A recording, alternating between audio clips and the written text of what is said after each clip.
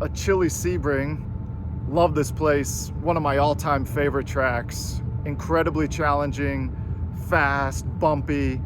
A couple corners that really separate the men from the boys. Very raceable, a lot of different passing zones. One of the best. A lot of space. Really should hold the runoffs here at some point, but yeah, anyways, thanks for coming to my TED Talk. Enjoy the action. All right, so rolling out on the test day, not a lot of action, just general craziness that happens on a test day. You go out, you try to get some space, which actually isn't too hard on a track like this, but here we have a red flag. Come around, there's a FE in the wall, there was a radon on fire in turn 10, but yeah, just dealing with faster cars going slower than you, slower cars going slower than you, spinning cars, and just general traffic, which after a while can get quite frustrating. So the highlight of my day was my best lap, the fastest I've ever gone around here, an 8.8. I'm clearly pumped. It was the peak of my weekend, and in hindsight I probably should have loaded up and went home after this, but no, it was a good day and ready for qualifying. Our Friday qualifying was actually a washout. So it all came down to Saturday morning's qualifying, and let me tell you, it was cold. I'd say it was like 39 degrees when we got to the track. It might have warmed, we were group 1, so it might have warmed up all the way to 41 by the time we went out, but it took a while to get the tires up to temp. Fast forward to my first close call of the weekend. Coming into turn 1, it's about 130 miles per hour by the time you get there. It's a blind entry, it's fast. Light tap of the brakes and go. And about here, I noticed 2 cars on the wall and Rob coming back on track. Luckily, stay out of the wall and out of Rob. But yeah, that was a close one. So that brings out the black flag. Good news is Rob and I are first and second in line here. But he leaves the pits like a bat out of hell. This P1 car gets by me on the out lap. And then going into 17, the P1 car spins right in front of Rob. He was clearly not respecting the bumps. So I'm able to get by Rob, who then humors me and follows me around for a lap. Fast forward 1 lap later, he gets by going into turn 1. And here we go, now I'm following Mr. Sebring, current track record holder. Sorry, Cole, that's what the history books say. You don't like it, write your congressman. But yeah, just trying to follow him around as best as I can. But he was on another level this weekend, which he normally is, so let's be honest. Going down into the hairpin, he was still being plagued by the same brake problems that he had at Homestead last weekend. So you'll see he has a little issue here, car darting left and right, which allows me to get right back under him on his gearbox. And now I'm just trying to stick with him for as long as I can. Going into turn 10. Do okay on the brakes. But then turn in just way too early. I can already hear Purple Frog calling me to berate me about that. I probably won't even answer when he does call. You see how much he pulls out on me there. Do better through tower. Doesn't gain on me as much, but he's just so quick here. He and Tim were both on another level this weekend. The rest of us were racing for best of the rest. So that's kind of qualifying in a nutshell there. So Tim's on pole, Rob's right there with him. I think they were both in the 9s. My best was an 11.2. Had Bob right there, Hartley, Deffer, Rocco, Farmer, Presby. We had a really good field this weekend. So rolling out for race 1 Saturday afternoon. We have a split start with the FE2s. make sure I do a better job of warming up the tires this week. Wave to the wife and kids who made the trek out to watch you. And here we go, lined up. You got Tim on pole, Rob, and myself. 3 national championships between us. I make sure I'm lined up so that I can actually see the flag. I see it. Get an okay start. But these FE2s have so much speed, and I got clowns to the left of me, jokers to the right. Not much I can do there. Going into 1, Bob Wright goes to the outside of me here, so can't track all the way out. Doesn't allow me to carry a lot of speed. He goes by, and then another FE2 gets me, and then Hartley comes up here. I'm like, you've got to be kidding me. So this FE2 runs Hartley off the road, which he checks up, then makes me check up, and another guy goes by me. So I'm just going to say right now, but if you're starting anywhere close to me at the next race, be prepared, because I'm over this. I am not going backwards. I'd rather go back on a wrecker than get past like I have been. So now I'm stuck behind these guys that I've out-qualified. I'm faster than. This guy takes one of the most interesting lines through 17 I've ever seen. I mean, there's a lot of ways around that corner. I don't know if I've ever seen that one. But yeah, they just haul butt down the straight, and then you close up 5 car lengths like in half a corner. You're right up on them, and then they just pull away again every time you get to the straight. So it gets quite frustrating. And worse, it really requires you to make some dangerous moves to even get by them. And even when they make mistakes, it's hard to pass. Like this. And it's just, yeah, it's, something should be done. I think we are doing something about it, which is good. But I also think maybe we should consider giving these guys diffusers. I mean, I'll start a letter writing campaign tomorrow, if that's the case, because we really need to create some sort of separation. And if they could corner better, maybe that's the separation we need. You know, our cars should be the slowest in this group. So we shouldn't be passing guys, but yeah, here we are. So follow these guys around for a while, get right back on them, and then finally you gotta go for it. And just send it and lick the stamp and send it, as the kids say. So I get by 1, catch up to the next guy, and here we are coming into the carousel, and you'll see a car off at the exit in the grass, stuck there, which brings out a full course caution. So we're under yellow for a couple laps. Here we are coming around to take the green. The last minute you see a yellow flag waving there. Come around, and there's Tim, who had gotten together also with an FE. So I take evasive action to get by him. Going into 1, I'm trying to keep these FE2s behind me, and you'll see Hartley's way wide up there. Catch up to him going into 3, and something's going on. He's got all kinds of issues. He just parks it there and then goes and then stops again. He claimed after the race he ran out of fuel, but there's no way that was the case. I think it turned out to be an alternator or something like that. But yeah, so coming into 17, passing a car in a faster class on the outside, just don't see that often. Fast forward another lap. Tim is now caught up to me. He gets by going into 3. I told you he was on another level this weekend. He was just too quick. Gets by me, gets by Bob up ahead, almost like he's in another class.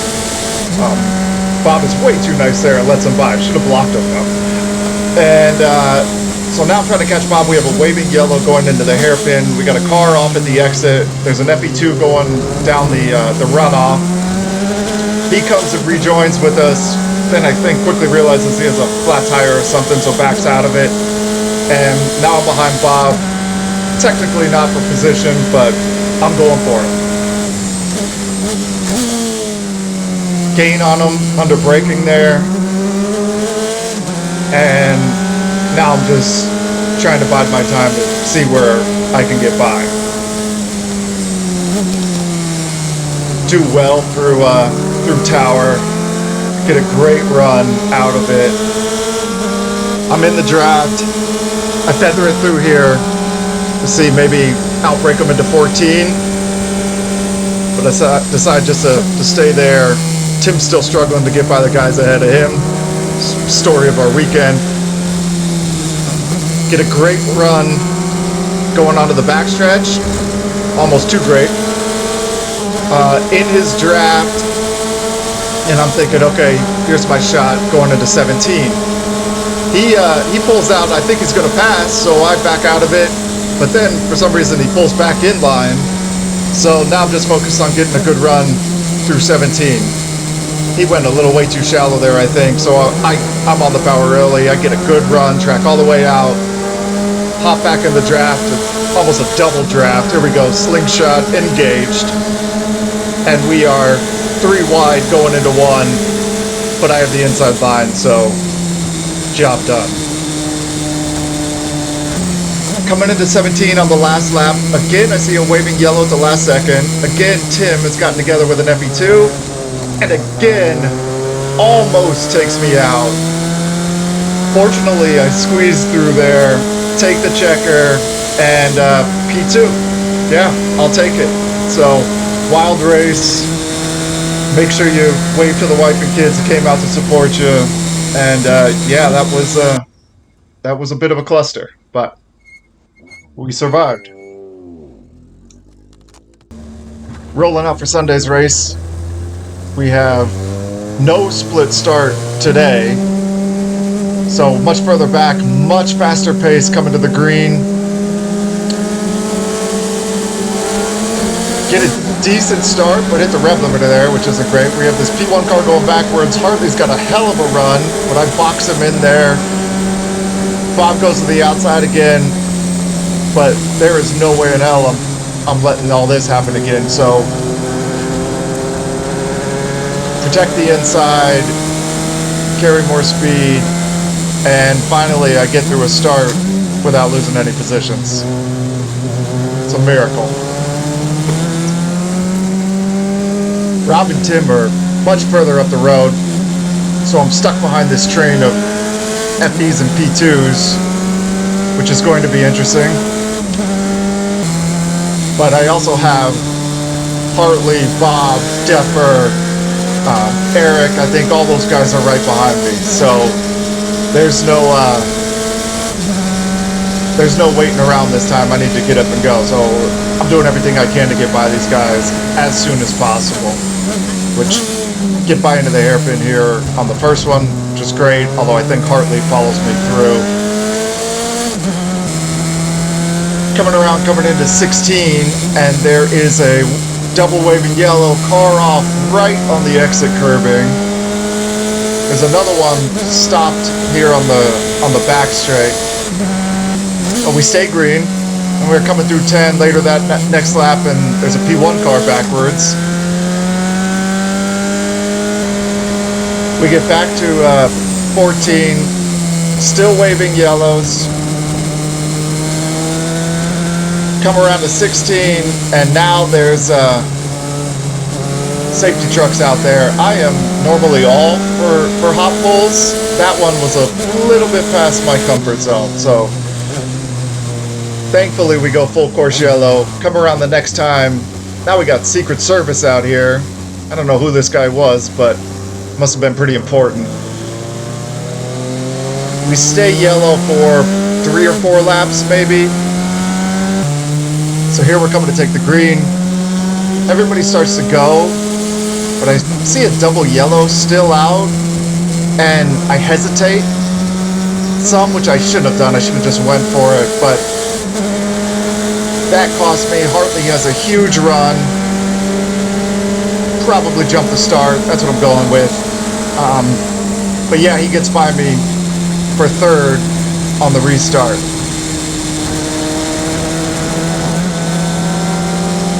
He goes down the inside into 3 to block. So now I'm seeing if I can get a good run out of the carousel, maybe get him into the hairpin. He gets a pretty good run out of the carousel, so I'm not anywhere close enough to make a move, at least a safe move.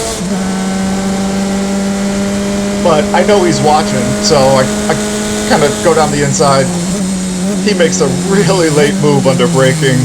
Could have referred him to Michael Massey for that one. I get a great run out of the hairpin, but now I'm on the wrong side, going into 10. So I just back out of it. But then he brakes really early, so I decide just to roll down the inside in 10. Learned that move from an old Cole Morgan video somewhere on the interwebs. So now I've caught up to this FE2 B2 train again. I've opened up a bit of a gap on, I think Hartley and Bob are back there, Eric and Mark as well. So I don't have as much urgency to get by them. Again, like, got a little bit of a gap. These guys are all racing each other for position. And still struggling with the same problem, is that you corner so much faster than them, and then they just fall down the straight. So not much I'm going to do without taking a pretty big risk, which at this moment I didn't feel like doing yet.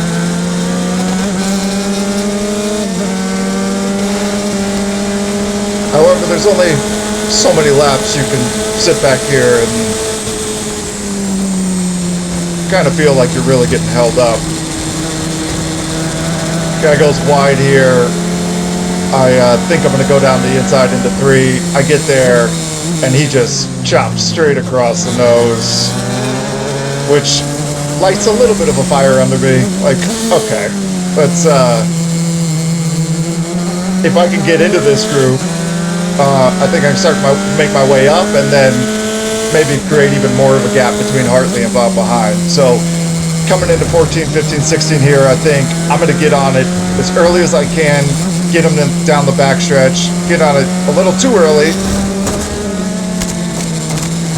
and luckily mostly escape that.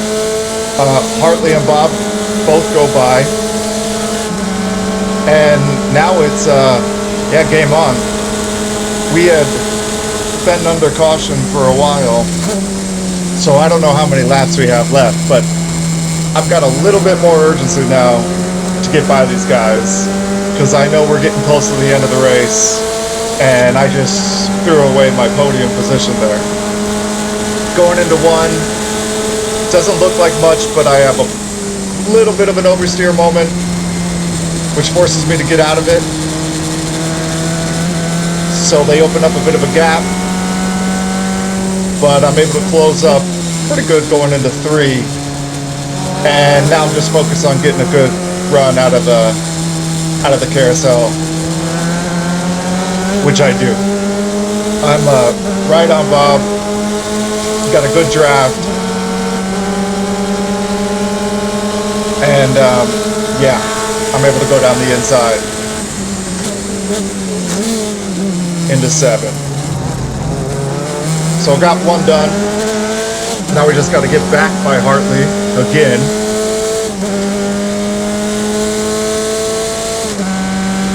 And need to figure out where I'm going to do it. I don't know how many laps we have left, but we're getting close to the end of the race here, so I got to get going. Get a good run through 10.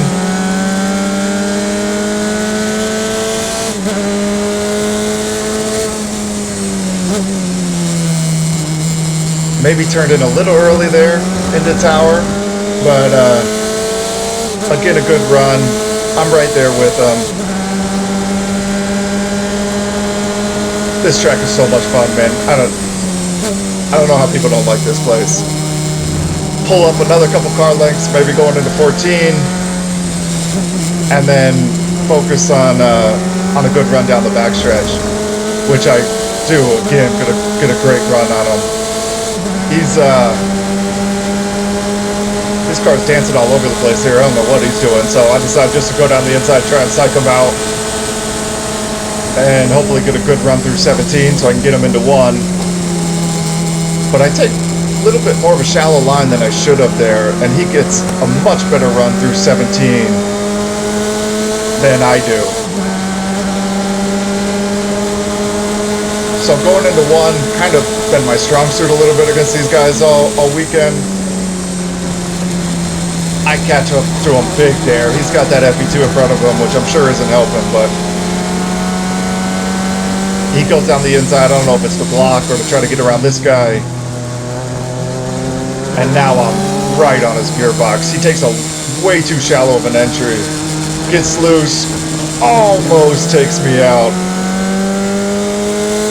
For the last time this weekend. We get down to the hairpin, same lap, and now I got a car sideways at the exit. Fortunately, that also held him up. I then catch back up to this guy running by himself, and think I'm gonna get by him. He's not racing anybody anymore, but still struggling. Even if they make mistakes, it's still hard to get by. So, given what happened last time I tried to pass him, I decided, you know what? I've got a little bit of a gap again to Hartley. This isn't worth it. Just don't do anything stupid and bring it home.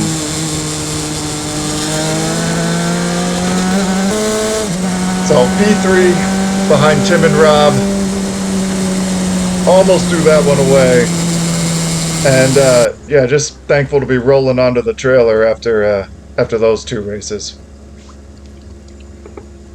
Going to tech here, I try buzzing the tower and scaring Jose, but he's unfazed. Speaking of Jose, when he watched my last video, he said I should have some kind of sign-off, like Seacrest out. And my question is, how does he know what Ryan Seacrest says when he signs off his show? The next time you guys see him, you should ask him that.